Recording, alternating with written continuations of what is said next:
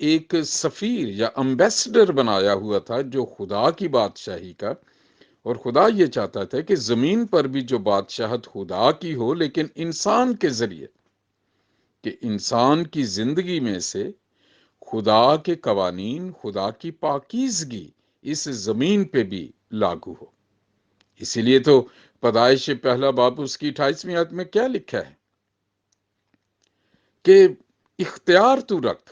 اب آسمان میں خدا کی بادشاہی میں خدا کا اختیار ہے، وہ بادشاہ ہے، اور یہی بات خدا چاہتا تھا کہ آدم زمین پر اس اختیار کو قائم کرے، خدا کی حضوری، کیونکہ وہ خدا کی صورت پر اور خدا کی شبیہ کی مانند بنایا گیا تھا۔ گناہ آیا تو راست بازی سے ہٹ کے وہ ٹیڑھے راستے پہ چل پڑے، عدن سے نکل گئے، خدا سے جدائی ہو گئی، اور خدا اپنی محبت میں چاہتا تھا کہ وہ پھر اسی راہ پہ آ جائے، راست باز ہو جائے۔ تو تب ہی تو خدا جو راست ہے، جو پاک ہے، اس کے ساتھ اس کا تعلق پھر ہو سکتا تھا۔ یہ بڑی سیدھی سی بات ہے سمجھنے والی۔ اب انسان جب بنایا گیا ہے، آدم، اگر دیکھیں پیدائش کی دوسری باب میں، تو خدا نے زمین کی مٹی سے آدم کو بنایا، ایک بت کی طرح وہ پڑا تھا، اس میں زندگی کا دم پھونکا، تو وہاں لکھا ہے کہ آدم جیتی جان ہوا۔ وہ دم پھونکنے سے، روح پھونکنے سے، اب یہ خدا کا پھونکا ہوا دم انسان میں ہے۔ اگر ہم دیکھیں تو آدم کیا ہے، یہ انسان کیا ہے؟ انسان ایک روح ہے جو جسم میں رہتا ہے اور جس کے جان ہوتی ہے۔ جب زندگی ختم ہو جاتی ہے تو جان نکل جاتی ہے، جو جسم ہے وہ مٹی میں واپس چلا جاتا ہے۔ بڑی سیدھی سی بات ہے، روح، جان اور جسم۔ اب خدا کا روح اس میں ہے اور جسم کے لیے، اس لیے کہ وہ خدا کا روح، خدا کا جو قانون ہے، خدا کی جو پاکیزگی ہے، اس کی جو قدرت ہے، جو اس کی طاقت ہے، اس جسم میں سے، آدمی سے یا آدم سے یا انسان سے نظر آئے، اور اس کی جو جان ہے، جس میں خیالات ہیں، ارادے ہیں، احساسات ہیں، آزاد مرضی ہے، وہ سب کچھ خدا کے طالب میں ہو، وہ خدا کے بارے میں سوچے، اس کے خیالات جو ہیں وہ پاک رہیں، اس کے ارادے ان پاک خیالات کی وجہ سے نیک رہیں، اور اس کے احساسات میں وہ خدا کی حضوری اور خوشی اور اس کی برکت کو محسوس کرتا رہے، اور اس کی آزاد مرضی میں خدا کی مرضی شامل حال رہے، اور تب وہ خدا کی مرضی کے مطابق پاک اور نیک زندگی گزار سکتا ہے، پھر خدا کی بادشاہی زمین پر اس کے ذریعے قائم ہو سکتی، راست بازی۔ اب اس روح میں اگر ہم دیکھیں تو اس دنیا میں جتنے بھی انسان میں، ان کے اندر جو راست بازی بلٹ ان ہے۔ بہت سے لوگ ہیں، میں اس کی بہت سی مثالیں دے سکتا ہوں، بہت سے لوگ ہیں جو لادین ہیں، وہ خدا کو مانتے نہیں، جنہیں ہم ایتھیسٹ کہتے ہیں۔ بہت سے لوگ ہیں اس دنیا میں، وہ خدا کو مانتے ہی نہیں ہیں، بلکہ ادھر یورپ میں تو وہ کھلے عام کہتے ہیں کہ جی ہم نہیں مانتے، جی آپ ایمان رکھتے ہیں، ہم نہیں مانتے۔ لیکن ان میں آپ لوگوں کو دیکھیں گے کہ وہ، ان کا اخلاق اچھا ہوتا ہے، وہ ہمیشہ اچھے کام کرتے ہیں، ایک دوسرے کی عزت کرتے ہیں، چوری وہ نہیں کرتے، اور جو ہے وہ بڑے ہی پرامن لوگ ہیں۔ یہ کیسے وہ کر لیتے؟ کیونکہ وہ بلٹ ان رائچسنس، جو راست بازی، جو سچائی خدا نے انسان کی روح میں ہر ایک میں رکھی ہوئی ہے۔ اب اس کی میں مثال آپ کو دیتا ہوں کہ جب بچہ پیدا ہوتا ہے، آپ کو ایک بچے کو سکھانے کی ضرورت نہیں ہے کہ جب وہ دوسرے بچے کے ساتھ کھیل رہا ہے تو اسے وہ کس طرح مارے، یا اس کا کھلونا کس طرح چرائے، یا اسے کس طرح حسد اس سے کرے، اس کو جلن آئے اور اس کو دھکیل دے۔ کسی ماں باپ کو یہ سکھانے کی ضرورت نہیں ہے بچے کی، لیکن آپ دیکھیں بچے کھیل رہے ہوں گے، یا آپ اپنے بچے کو دوسرے کسی کے بچے کو آپ پکڑ لیں، آپ کا جو بچہ ہوگا وہ کھینچے گا اس بچے کو، آپ کو بھی کھینچے گا کہ نہیں چھوڑ اسے، اس کی چیزوں کو چھینے گا وہ۔ کہاں سے یہ چیزیں آئی؟ یہ انسان کے اندر بلٹ ان ہے۔ یہ چوری کرنا، یہ حسد کرنا، یہ ایک دوسرے کو مار پیٹ، یہ کیونکہ گناہ کے بعد انسان کی فطرت بدل گئی، تو وہ آٹومیٹکلی شیطان کا دیا ہوا گفٹ اس بچے میں پیدائش کے بعد ہی بچے میں آ جاتا ہے۔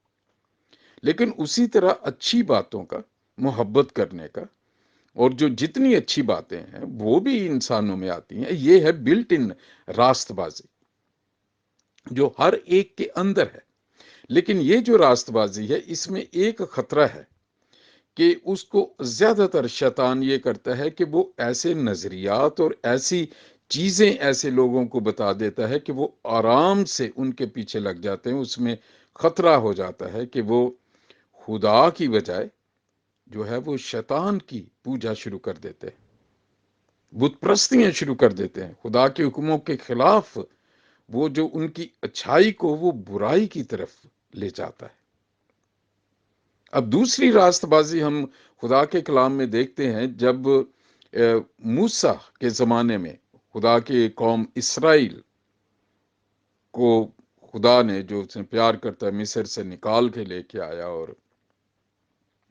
اس وقت خدا یہ چاہتا تھا کہ یہ کس طرح پاک ہوں، کیونکہ انہوں نے گناہ کیا۔ پھر خدا نے یہ کہا کہ جانوروں کو جو انسان کی طرح گنہگار نہیں ہے، ان کی قربانیاں، ان کا خون بہے گا، کیونکہ جو جان گناہ کرے گی سو مرے گی۔ اور راست بازی جو جب ختم ہوئی تو پھر وہ عدن سے نکل گیا۔ اب دوسری راست بازی ہم دیکھتے ہیں مذہب کی قربانیوں کی وجہ سے۔ خدا نے اپنے 10 حکم دیے، اور ان کو حکم دینے کے باوجود کہ یہ اب تمہاری زندگی ایسے ہونی چاہیے، یہ خدا یہ کہتا ہے کہ میں ان باتوں کو پسند کرتا ہوں، اگر تم ان 10 حکموں کو مانو گے تو تم جو ہے میرے ساتھ میری فرما برداری میں آ جاؤ گے۔ لیکن اس کا کیا ہے جو گناہ تم نے کر لیا ہوا ہے، اس کا میں کیا کروں؟ اس کے لیے خدا نے ایک چھوٹ دی کہ اپنی جگہ ایک جانور کو قربان کرنا، اور اس کا خون تیرے اس گناہ کو ڈھانک دے گا، کیونکہ تو نے توبہ تو کی نہیں تھی عدن میں، اور توبہ کبھی بھی نہیں کی، اور اس میں تو سمجھتا کہ میں جو کر رہا ہوں میں ٹھیک ہے۔ تو لیکن خدا جو ہے گناہ کو دیکھ نہیں سکتا۔ گناہ کا مطلب ہے بغاوت کرنا، اور باغی کی اور غدار کی سزا ہمیشہ ہی، ہر دور میں، ہر ملک میں، ہر قانون میں موت ہی ہے۔ تو خدا نے اس طرح انہیں کہا کہ قربانیاں چڑھایا کرو، تو اس وقت تم پاک ہو جاؤ گے جب تمہارے گناہ اس خون سے ڈھانک دیے جائیں گے، کفارہ جس کا دیا جائے گا۔ اب اس راست بازی کا ایک مسئلہ ہو گیا کہ جتنے مذہبی لوگ تھے، یا جن کی جو قربانیاں چڑھا کے وہ اس بات پہ خوش ہو جاتے تھے کہ اب تو میرے گناہ جو ہیں ڈھانکے گئے ہیں، معاف ہو گئے ہیں، لیکن گناہ کا زور ٹوٹتا نہیں تھا۔ جب ایسے مذہب کے لوگ جو اچھے کام دکھانے کے لیے لوگوں کو کرتے ہیں، لیکن اپنی زندگی ان کی کمرے میں، اپنے گھر میں بالکل فرق ہوتی ہے۔ اس لیے خداوند یسوع مسیح نے ریاکار لفظ استعمال کیا مذہبی لیڈرز کے لیے، جو اسرائیلیوں کے مذہبی لیڈر تھے۔ انہوں نے کہا کہ تم کرتے کچھ ہو، کہتے تم کچھ ہو، باہر کھڑے ہو جاتے ہو چوکوں میں لمبے لمبے لباس پہن کے، اور اونچی اونچی آواز میں دعائیں کرتے ہو تم، لیکن تمہاری اپنی اصل زندگی میں خدا کے ساتھ کوئی رشتہ ہی نہیں، پاکیزگی نہیں ہے۔ تو یہ جو راست بازی تھی، یہ دکھانے والی راست بازی ہے، اور اس سے غرور پیدا ہوتا ہے۔ یہی وجہ ہے کہ بہت لوگ جو دکھاوے کے لیے اپنے آپ کو پاک اور نیک ظاہر کریں گے، ان میں غرور پیدا ہو جاتا ہے۔ وہ دوسرے لوگوں کو حقیر جاننا شروع کر دیتے ہیں۔ وہ کہتے ہیں دیکھو میں تو اتنی دعا نماز کرتا ہوں، میں تو خدا کا یہ حکم بھی مانتا ہوں، میں تو روزے بھی رکھتا ہوں، اور وہ دیکھو